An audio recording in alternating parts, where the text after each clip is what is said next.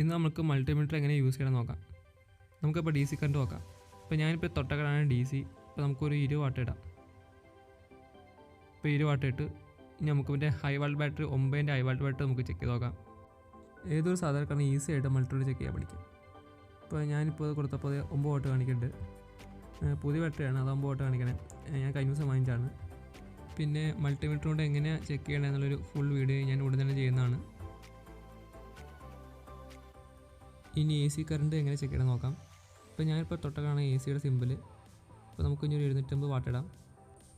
AC 240 ആയതുകൊണ്ടാണ് 750 what ഇട്ടാണ്. അപ്പോൾ ഇതിൽ 200 കഴിഞ്ഞ് പിന്നെ 750 വാട്ടാണ്. അപ്പോൾ നമുക്ക് ഇനി AC ചെക്ക് ചെയ്ത് നോക്കാം. ഞാനിപ്പോൾ കണക്ട് ചെയ്യണ പിന്നിൻ്റെ പേരാണ് പ്രോബെന്ന്. ആദ്യം പറയാൻ മറന്നുപോയി, ഇപ്പോഴാണ് എൻ്റെ കാര്യം ഓർത്തത്. അപ്പോൾ 200 സംതിങ് 24 വാട്ട് എടുത്തിട്ട് കാണിക്കുന്നുണ്ട്. ബാക്കിയുള്ള എങ്ങനെ ചെക്ക് ചെയ്യുന്ന വഴിയെ പറഞ്ഞുതരാം. അപ്പോൾ ഇന്നത്തെ വീഡിയോ ഇത്രേ ഉള്ളൂ. ഇനിയിപ്പോൾ പുതിയ കണ്ടൻറ്റ് അടുത്ത വീഡിയോ കാണാം.